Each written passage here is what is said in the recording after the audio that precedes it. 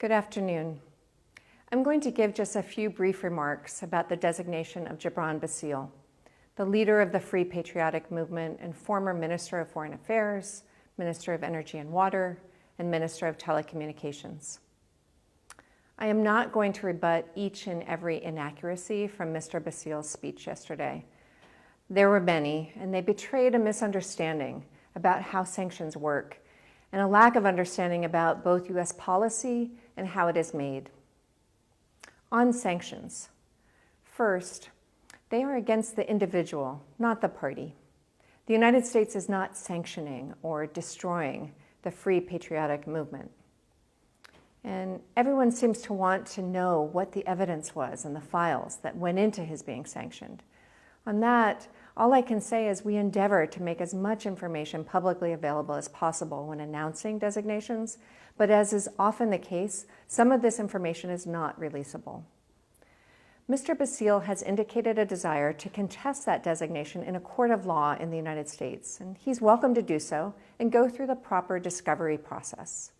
In his speech, he complained that I did not forewarn him that he would be sanctioned on grounds of corruption, as if that was my responsibility to reveal prior to the designation. It was not.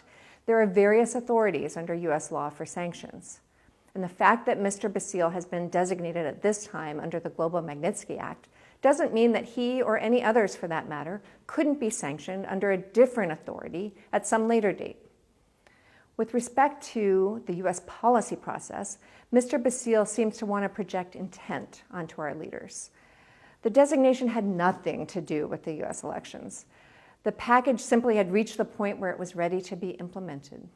And on instructions from Washington, as a courtesy, I followed up on high-level phone calls in which this was discussed.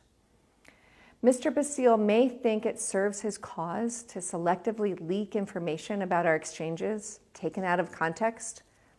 That's not how I normally operate, but I'll put one thing out there.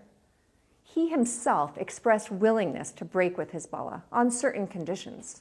He actually expressed gratitude that the United States had gotten him to see how the relationship is disadvantageous to the party. Key advisors even informed me that they had encouraged Mr. Bassil to make this historic decision. In closing, I would underscore that the United States undertook this action in solidarity with the Lebanese people, who for over a year have demanded their political leaders end business as usual by charting out a new direction dedicated to reform, transparency, and rooting out endemic corruption. Thank you.